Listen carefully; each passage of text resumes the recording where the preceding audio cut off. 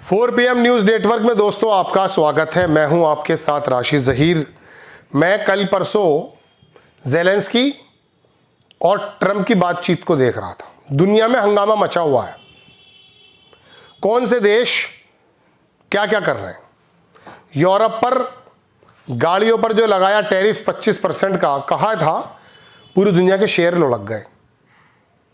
Zelensky सामने बैठकर अड़ गया। हालांकि डीप स्टेट ने इसको पैदा किया था। मैं संभल लाऊंगा आपको उत्तर प्रदेश।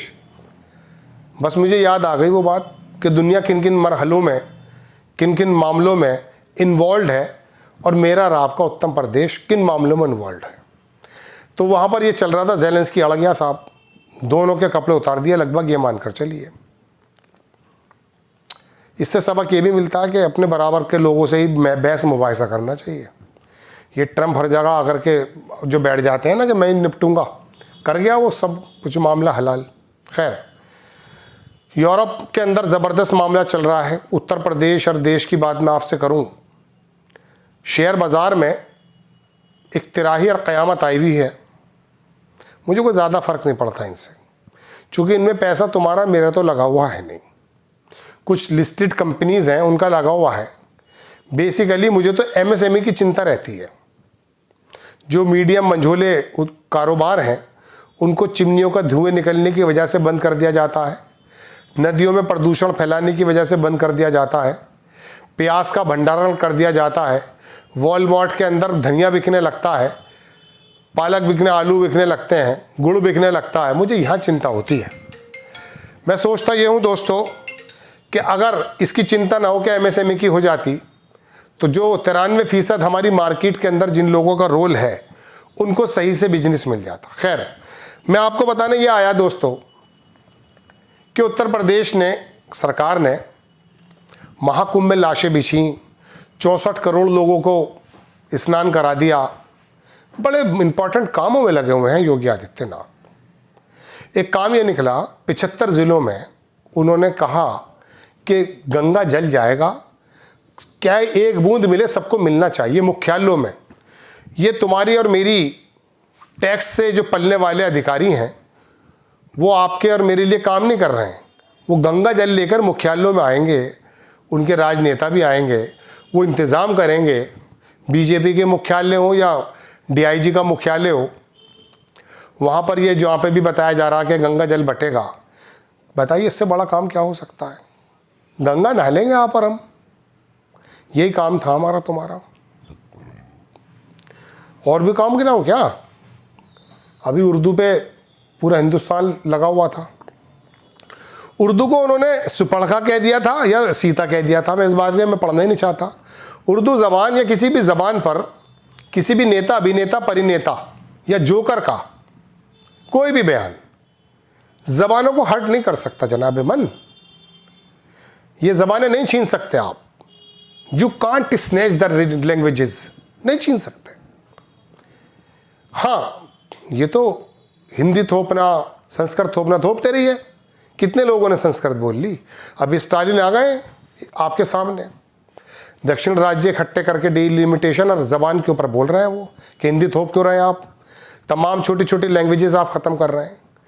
चलिए खैर, ये एक मुद्दा है सांस्कृतिक और कला से संबंधित, मैं आपसे बात कर लूँगा। लेकिन सरकारों का काम तो सरकार चलाना होता है। विधानसभाओं के अंदर शानदार कानून, नीतियां, योजना ला करके ज़िले के DM को, नगर आयुक्त को, कमिश्नर को दे दी जाती हैं कि जाओ लोगों का उद्धार करो। हम ये काम कर रहे हैं। आप क्या कर रहे हैं? गंगा जल भेजूंगा, भेजते रहिए। 64 करोड़ लोगों ने डुबकी लगा ली। गिन लिए 64 करोड़। मरे हुए लोग तो नहीं गिने गए आपसे। अब सुनिए, ये तो है ये वाली नक्शेबाजी। संभल में वो रमज़ान आ रहे हैं साहब, ठीक है, वाकई एक महीना है, लोग इबादत करते हैं बहुत शांति से, जुलूस उलूस ना निकालते, ना तलवारें चलाते, ना नारे लगाते, मस्जिदों में बैठ करके इबादत चुपचाप दिन भर भूखे रहते हैं, रोज़ा रखते हैं, शाम को अपना कर लेते हैं, फिर रात को फिर नमाज़ पढ़ लेते हैं। ये इनका काम होता है।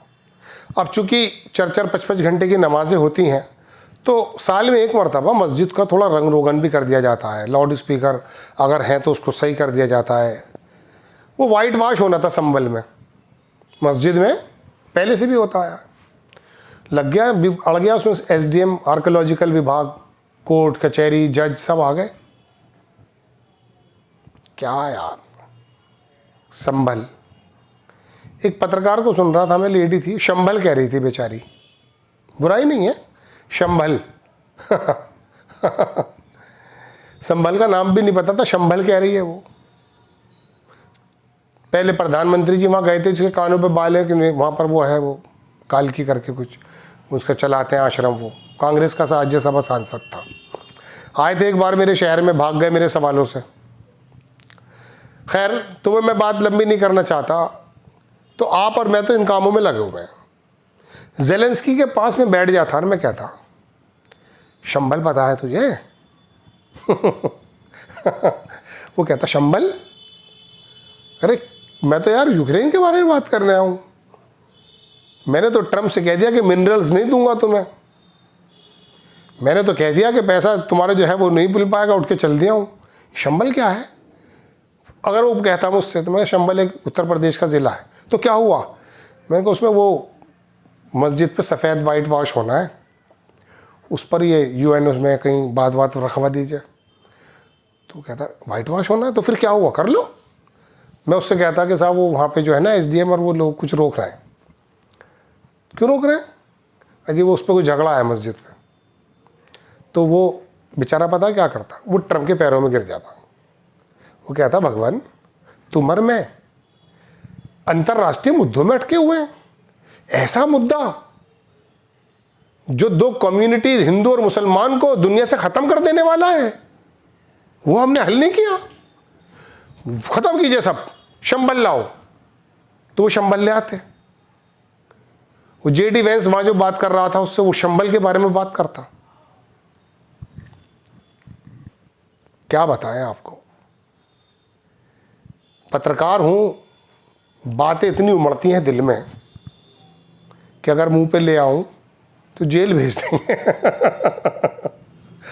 तो दोस्तों बात यह है, शंभल इज़ अ इम्पॉर्टेंट मुद्दा देन जियोपॉलिटिक्स एंड शेयर बाजार ऑल्सो।